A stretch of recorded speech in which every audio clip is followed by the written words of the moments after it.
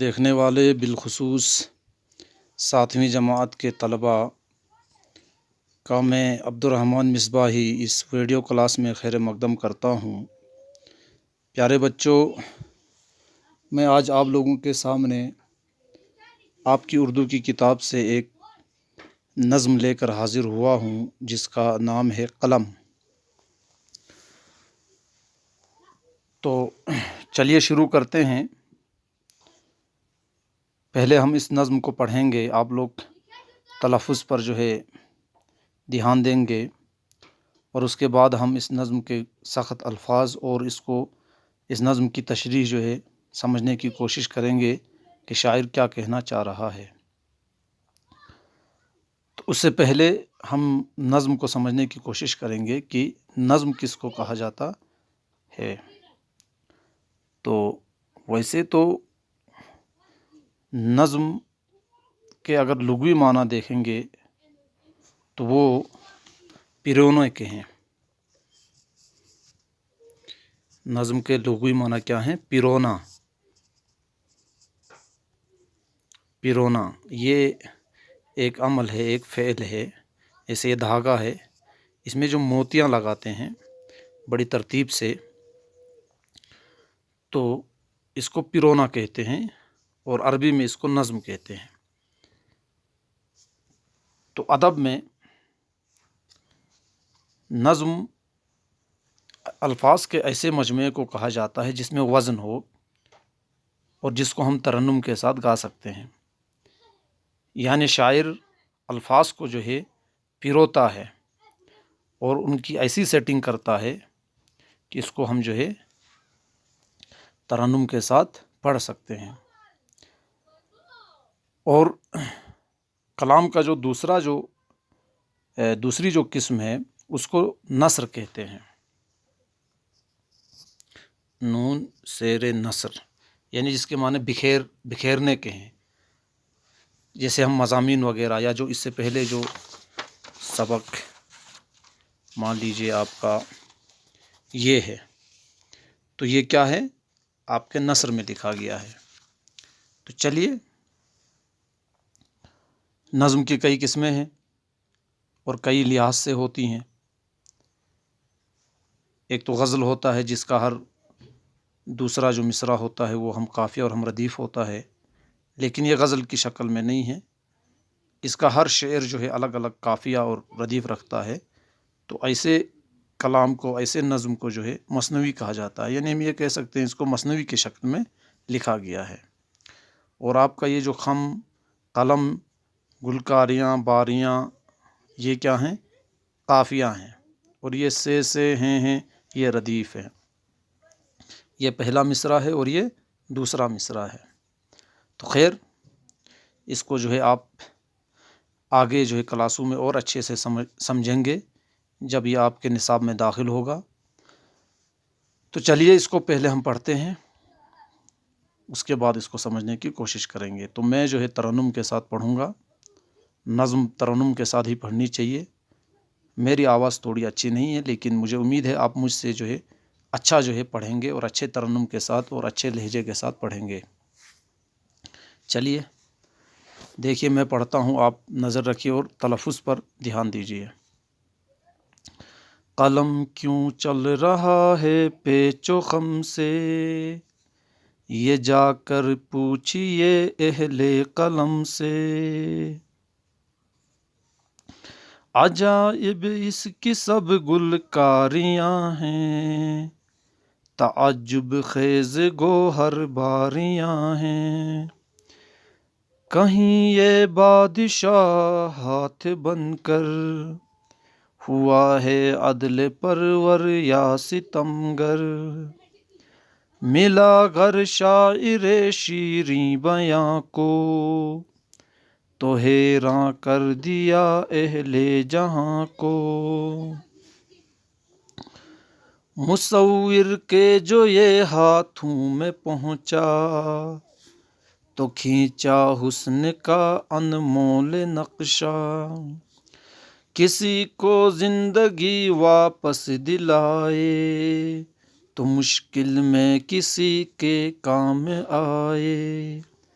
کسی کی آن میں قسمت پلٹ دے، کسی بدبخت کو تختہ الٹ دے، جہاں میں ہے یہ کیا کیا گل کھلاتا، ہزاروں اپنے جوہر ہے دکھاتا، قلم کیوں چل رہا ہے پیچ و خم سے، یہ جا کر پوچھئے اہل قلم سے۔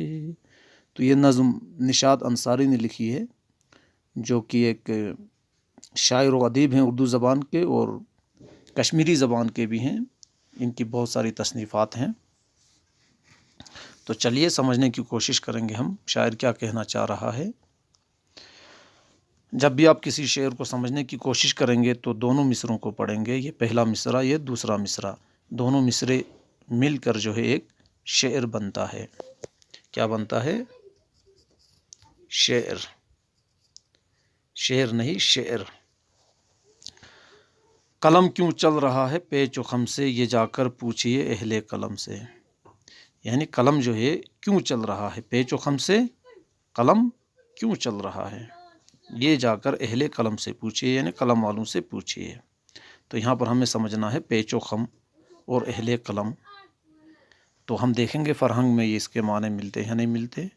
پیچ و خم ٹیڑھا میڑھا،